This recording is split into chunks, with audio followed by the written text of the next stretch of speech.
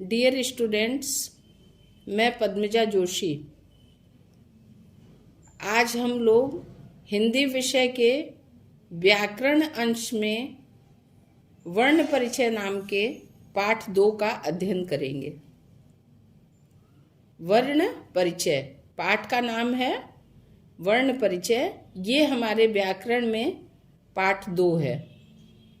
अब सबसे पहले हम परिभाषा देखते हैं। वर्ण उस मूल ध्वनि को कहते हैं जिसके खंड या टुकड़े नहीं हो सकते। वर्ण किसे कहते हैं? वर्ण की परिभाषा क्या है? इसका आंसर होगा, इसका उत्तर होगा, वर्ण उस मूल ध्वनि को कहते हैं जिसके खंड या टुकड़े नहीं हो सकते। जैसे अ, आ, क, च, म, य इत्यादि। ओके, अब आगे देखते हैं। राम शब्द में 4 मूल ध्वनियां हैं। कौन कौन सी हैं? र, आ, म, अ। यही अखंड मूल ध्वनियां वर्ण कहलाती हैं। अखंड से आशय है ऐसी मूल ध्वनियां जिनको और टुकड़ों में विभक्त नहीं किया जा सकता है, उनको नहीं बांटा जा सकता है। अच्छा, वर्ण को अक्षर भी कहा जाता है। क्या कहा जाता है? वर्ण को अक्षर भी कहा जाता है। अब देखिए, हम लोग देखते हैं टिप्पणी। टिप्पणी में क्या बताया जा रहा है? हलंत चिन्ह। किसी भी अक्षर के नीचे जो ये चिन्ह है, ध्यान से देखिए इसे, ये जो चिन्ह है इसको हलंत कहते हैं।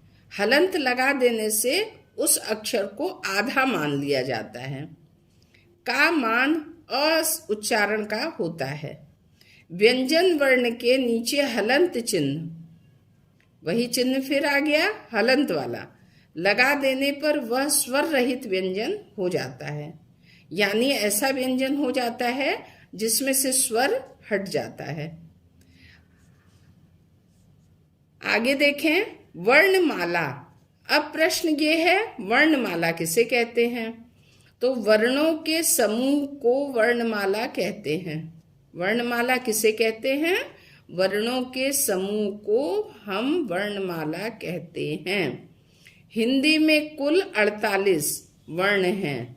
हिंदी में कुल 48 अर्थात 48 वर्ण हैं जो निम्न प्रकार से प्रस्तुत हैं। सबसे पहले है स्वर वर्ण। अब स्वर वर्ण कौन कौन से हैं? अ, आ, ई, उ, री, ए, ओ। इनकी संख्या 11 है। स्वर वर्ण की कितनी संख्या है? इनकी संख्या 11 है। अब है अनुस्वार। अनुस्वार का निशान देखिए। अनुस्वार किसी अक्षर को लिखते हैं, मानिए क लिखेंगे तो अनुस्वार लगेगा, तो उसके ऊपर बिंदी जो लगती है उसे अनुस्वार कहते हैं। और ये विसर्ग का चिन्ह है। विसर्ग में किसी भी शब्द के बाद जब बगल में 2 बिंदियां लगती हैं तो इसे विसर्ग कहते हैं। यहाँ ध्यान देने योग्य बात यह है कि अनुस्वार और विसर्ग दोनों को जब सम्मिलित रूप में हम उच्चारण करेंगे तो उसे कहेंगे आयोगवाह। अनुस्वार और विसर्ग क्या कहलाते हैं? आयोगवाह। अब व्यंजन वर्ण पे हम आते हैं। पहले हमने स्वर वर्ण जाना, अब हम जानेंगे व्यंजन वर्ण। क, ख, ग, घ, अंग, च, छ, ज, झ, इया, त, ठ, ड, ढ, अण, त, थ, द, ध, न, प, फ, ब, भ, म। क से लेके म तक के वर्णों को जो व्यंजन वर्ण हैं इनको क्या कहते हैं? स्पर्श व्यंजन।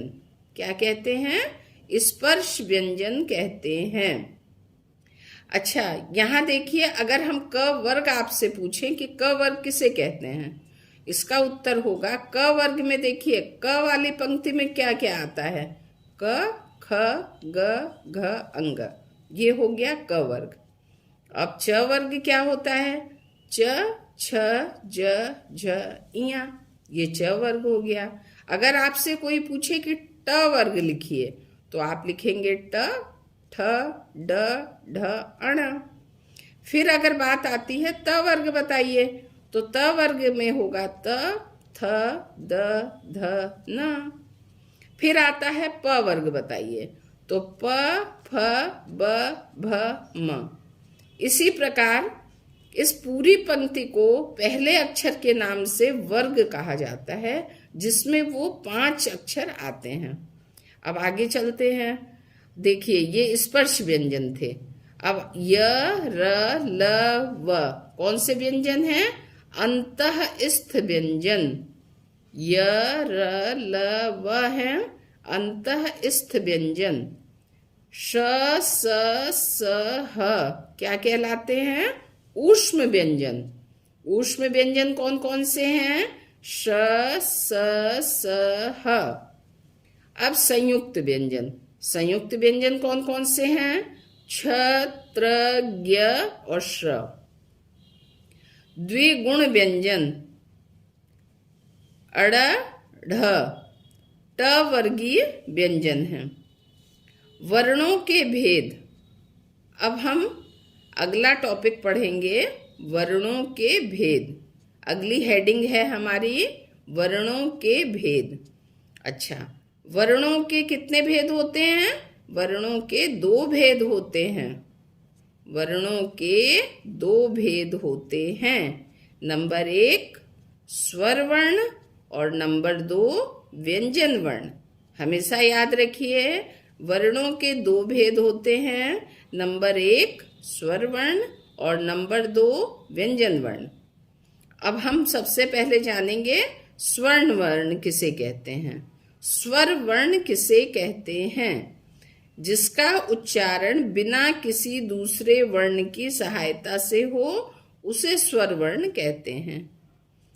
ऐसे वर्ण का उच्चारण जिसमें किसी दूसरे वर्ण की सहायता हमको नहीं लेनी होती है उसे हम स्वर वर्ण कहते हैं। जैसे अ, आ, ई, उ, री, ए, ओ। ये जितने भी हैं अ से लेकर ओ तक ये हमारे स्वर वर्ण हैं। अब इनकी मात्राएं देख लीजिए। अ की कोई मात्रा नहीं होती है, ये आ की मात्रा है, ये छोटी ई की है, ये बड़ी ई की है, छोटा ऊ, बड़ा ऊ, री, ए, ओ। ये स्वर वर्ण की अ से लेके ओ तक की मात्राएं हम लोग जाने हैं। अब आगे देखते हैं।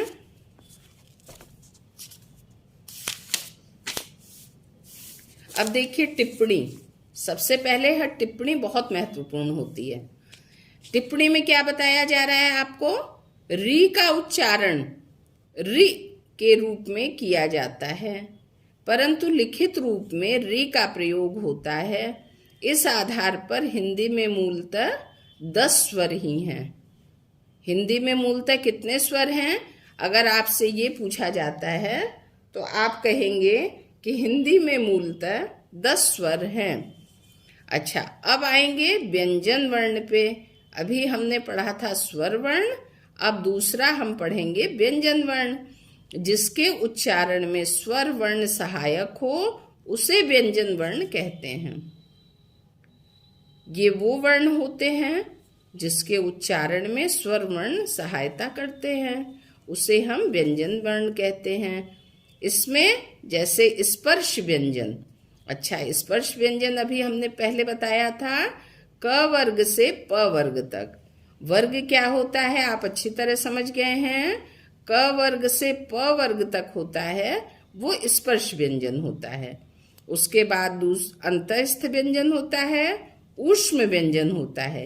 ये 3 स्पर्श व्यंजन, अंतःस्थ व्यंजन और ऊष्म व्यंजन व्यंजन वर्ण के प्रकार हैं। ठीक, अब आगे देखिए डियर स्टूडेंट्स, आगे ध्यान दें। क्ष, त्र, ज्ञ, श्र, ये 4 संयुक्त व्यंजन हैं। इन चारों को क्या कहेंगे? ये 4 संयुक्त व्यंजन हैं। इनके उच्चारण में 2 व्यंजन वर्णों का मेल होता है। 2 व्यंजन जब मिलते हैं तब इन संयुक्त व्यंजन जो कहलाते हैं, ये संख्या में 4 हैं, क्ष, त्र, ज्ञ और श्र। अब इनमें मेल कैसे होता है, अब हम ये समझते हैं। जैसे क्ष, क्ष कैसे बना? क के नीचे हलंत धन श बन गया क्ष। ज्ञ कैसे बना? ज के नीचे हलंत धन इय। आगे देखिए त्र कैसे बना? त के नीचे हलंत धन र, त्र बन गया। श्र, श्र कैसे बना? श के नीचे हलंत धन र, तो बन गया श्र। आज का पाठ हमारा यहीं संपन्न होता है। Thank you.